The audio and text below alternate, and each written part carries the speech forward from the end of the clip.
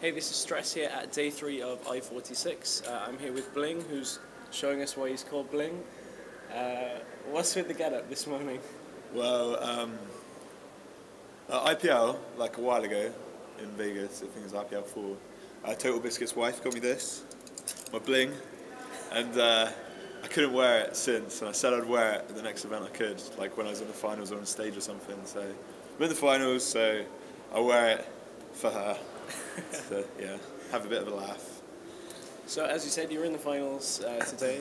Unfortunately, dropping down in one of the closest series of the entire tournament. Did you think you'd won that game right at the end with that base race? No, I thought I won game 2, so, like, in game 2, because I thought I won, I was like, oh, I'll just play it safe, but I should have carried on, like, being super aggressive and stuff, and yeah, I shouldn't have attacked into spines, and yeah, I threw it away, like, I definitely had that game, and then game 3, I didn't think I was ever going to win it, even though I probably could have. I played it a bit wrong, but yeah, I've watched the replays, I've gone over them, but I don't know. So going into the tournament, I heard you comment earlier that you'd managed to look at some of Rico's replays. Do you feel like you know how to beat him, his style? I didn't look at any of his replays, I just know how he plays anyway. Like, it was, like, all the Zergs in England play the same, pretty much, except Zicto. They just do the standard, like, Stefani style play, and obviously I've had a lot of practice against that. And yeah, I just kind of made builds and strategies, like, revolving around that, like, cutting corners when I can.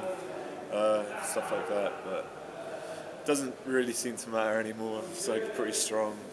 It's like you know what they're going to do, but you can't do nothing about it. So.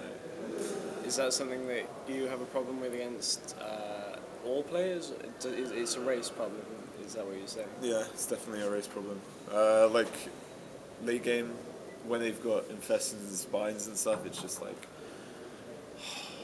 there's no words, it just frustrates me. Yeah, it's just pretty awful. I don't like it. I think it's broken. I'm sure a lot of people do. You were showing us a really cool trick yesterday in one of your games with to do with cancelling probes. Was that something you came up with, or is that something you've seen somebody else do? I know that people do that. When I was practicing with Sort of, he like knew an all-in was coming because he saw me cancelling my pro production. So like I had to obviously try and hide it better. So yeah, cancelling my probes like at the last second and building them again. That helped to like disguise the strategy more. But yeah, people do it, and I'm not the first one, but I think it's quite a smart move. Yeah, it was definitely next level mind games from you. Is that something that you think works in a tournament like this, where perhaps players aren't of a caliber of like Korean players? So do you think it still applies in this sort of environment? Yeah, I think it applies everywhere, just probably not as much. Like, I guess Zergs here are more autopilot, like they make units at this time, they make drones at this time, so like regardless of what they see, they wouldn't take it in as much as like the Koreans would, like I don't know. So yeah, I don't think it, well, it changes a little bit, like, but I don't think it's that big of a deal. Again, coming into this event, expected to be in the final at least. You are in the final. If we look back at WCS UK, where unfortunately you were eliminated early by a player, I think it was Simba, how did that going out of WCS UK affect your attitude going into tournaments where you're favoured? Like just not to be cocky and stuff, like I learned a lot from it. It was obviously a big, kick in the nuts. It sucked a lot, and yeah, it helped me learn though. Like, obviously before I was quite cocky, I guess, like in UK tournaments at least, because I was usually the favoured person, like to win the whole thing. So I knew that, and I knew the players like didn't want to play me. So yeah, I kind of just went with it and be like, yeah, I can't lose, and that's how I went into WCS. I couldn't lose. Who's Simba? Like, I'm not going to lose against him, and then I lost. So yeah.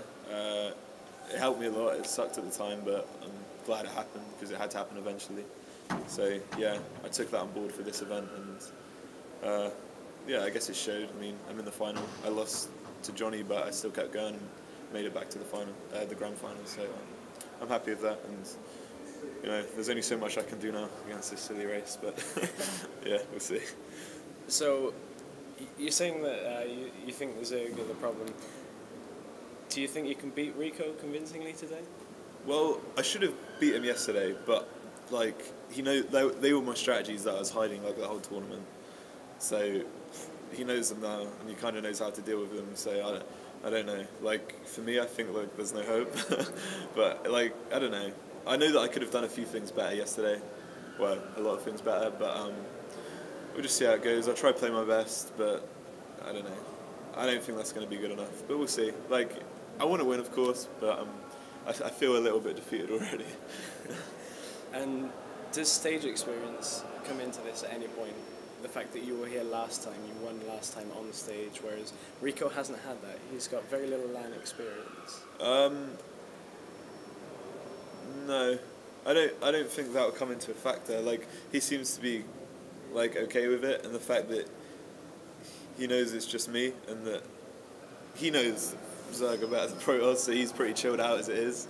So he just sits there, does his thing, and I don't think it it comes into effect with either of us. Like obviously I've played on stage a lot more than him, but no, I don't think it will affect him. So hopefully it does. Then might give me a little bit of an edge, but no, probably not. Have you got any events planned over the next couple of months? Yeah, well, I've got at the end of this month, I'm going over to Seattle for PAX, the Red Bull LAN, with Day 9.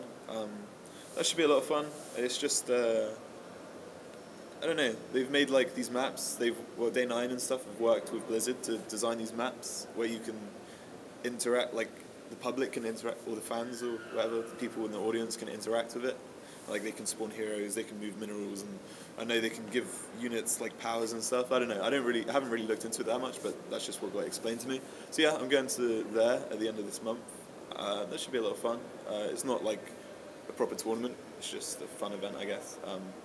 But yeah, I'm looking forward to it. And after that, I don't really know. I guess it just depends on what shape I'm in. I mean, I don't really feel that good now, but hopefully like another solid month of practice, and then see where I am there. It was talked about before that you were maybe heading to Korea with Stefano. He's over there at the moment. Are you planning to go over there yourself? Well, I was meant to go over with him, obviously, but because I just had like a little break, I went on holiday with my friends and stuff. I didn't like feel like I was on the top of my game anyway, so I think going over there wouldn't really help because I'm not already at my highest level. Whereas Stefano is like better than anyone in Europe, so he should go there even if he doesn't feel practice because he's just better regardless, even because he doesn't really practice anyway. But I hope to go over there eventually. He was only there for 2 weeks, so I think he's coming back to Europe now after MLG. But yeah, I hope to get back out there with him. It'll be a lot of fun, and yeah, I think I will for sure in the future. Well, thank you very much for speaking to us again, BlinG. Have you got anything you'd like to say to fans, sponsors? Yeah, obviously, thank you to everyone supporting me. Sorry that I'm going to probably lose in the finals, but I'll practice and hopefully learn some better cheeses and stuff.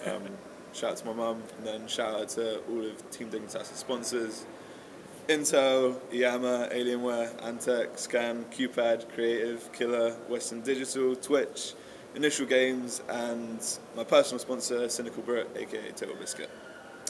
Thank you very much. We'll be back with more coverage from Insomnia 46. Thanks, man. Thank you.